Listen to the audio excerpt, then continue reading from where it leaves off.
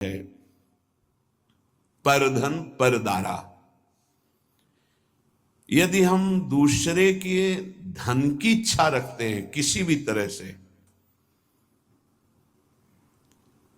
जैसे छल कपट करके कि हम तुमको अमुक अमुक सुविधा देंगे, हम तुमको अमुक पद प्रदान कर देंगे, अमुक दुख निवृत्ति कर देंगे, अमुक अनुष्ठान के द्वारा, ऐसा भागवतिक प्रलोभन देकर किसी से धन लेना,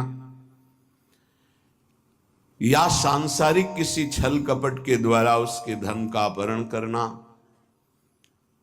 तो आप धन का उधर अपहरण कर रहे हैं, आपके भागवतिक धन का अपहरण उसको जा रहा है जिसका आप धन अपहरण कर रहे हैं, अपने आप ट्रांसफर हो जाएगा।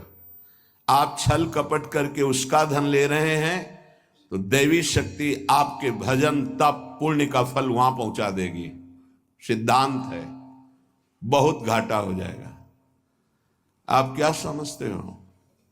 आपके निमित्त से जो भी कुछ हो रहा है उसमें आपका तप और भजन खर्चा होता है। इसलिए किसी भी बहाने से ये परधन का प्रतिग्रह या परधन की चोरी या परधन का अपहरण की भावना न रखे, चाहे धामवासी हो या धाम आश्रित हो। इससे आपके सीधे भजन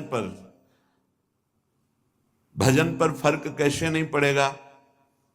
भावना है, प्रिया प्रीतम साथ चल रहे हैं, सखियां सामने संगीत बजा रहे हैं, तो हिसाब किताब प्रिया प्रीतम अपने पीछे उनकी सेवा में वो प्रार्थना कर रहे हैं, स्वीकृति हो रही, मेरी प्रियाजू की इच्छा है, इसलिए कहीं कर्ता भाव नहीं, कहीं प्रतिग्रह का भाव नहीं, कहीं स्वीकृति भाव नहीं, कहीं अहम भाव नहीं।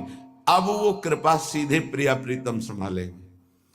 आप वहां कहीं नहीं है, आपको लाखों प्रणाम कर रहे हैं, आपकी भावना मेरे प्रिया प्रीतम मेरे साथ चल रहे हैं, उनको नमस्कार हो रहा है, मैं तो उनकी सेवा में चल रही हूं, खत्म। अगर मेरे को प्रणाम तो हिसाब उसका देना होगा।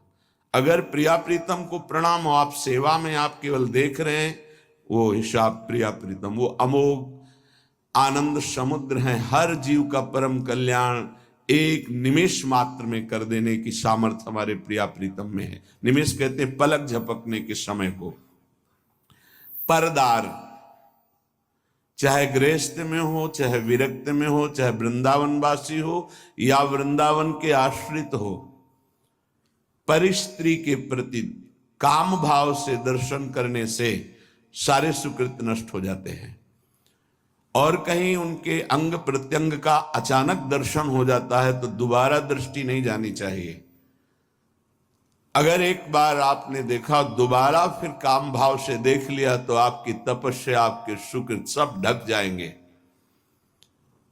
बाणासुर की जब भुजाओं का भगवान सुदर्शन चक्र से छेदन कर रहे थे, श्रीमद् भागवत में पढ़ लेना, तो जब देखा उनकी कुल माता आदि देवी ने कि अब किसी भी तरह भगवान का सुदर्शन चक्र छोड़ेगा नहीं बाणासुर को, तो वो दिगंबर होकर सामने खड़ी हो गई। सोई भगवान ने आंख मूंद ली और सुदर्शन चक्र को शांत कर लिया। इसमें महादेव जी की प्रेरणा थी, क्योंकि चाहते थे 4 भुजाएं तो बची रहें, 1000 भुजाओं का छेदन। आगे भगवान का सुदर्शन चक्र रुकता ही नहीं बिना आज्ञा के। तो भगवान शिव की आंतरिक प्रेरणाओं, उनकी जो कुल देवी थी, वो आकर दिगंबर होकर खड़ी हो गई। भगवान ने वहां लिखा है, यदि किसी के अंग प्रत्यंगों का दर्शन हो जाए तो सारे सुकृत नष्ट हो जाते हैं। इसलिए पर शब्द लिखा हुआ है। गृहस्थ में भी है तो जो पराई माता बहनें हैं, अगर वृंदावन का आश्रय लियो, भगवत मार्ग के पथिक हो, तो दृष्टि एक बार जाने में क्षमा है। अचानक आप जा रहे थे, दृष्टि पड़ गई आप नीचे, मानो यमुना के किनारे कोई स्नान कर रही माता बहन, या अचानक दृष्टि गई, तो आपकी असावधानी थी, आप सावधान हो जाइए। दोबारा यदि काम भाव से भरकर देखा तो देखने मात्र से आपके सुकृत नष्ट हो जाएंगे, जो आपको परमार्थ में बढ़ाने वाले हैं। तीसरा, द्वेष। जब हमारे प्रतिकूल कोई आचरण करता है तो हमें द्वेष हो जाता है। ये द्वेष बहुत ही घातक है, प्रायः सबके हृदय में रहता है और वो जलाता रहता है। जरा सी प्रतिकूल बात पर द्वेष हो जाएगा। अगर द्वेष हो गया तो भगवान की भक्ति बढ़ेगी नहीं, क्षीण होती जाएगी। क्योंकि भगवान कह रहे हैं अद्वेष्टा सर्वभूता नाम, किसी भी भूत प्राणी से तुम्हारा दोष भावना, दोष में ही द्वेष होता है। हमारे अनुकूल उसका जो व्यवहार नहीं है तो हमें द्वेष हो जाएगा। नहीं, द्वेष नहीं, भगवत भाव से प्रणाम करो। भगवान उसको प्रेरित करके आपके साथ ऐसा प्रतिकूल व्यवहार करा रहे हैं। हट जाओ, द्वेष मत करो।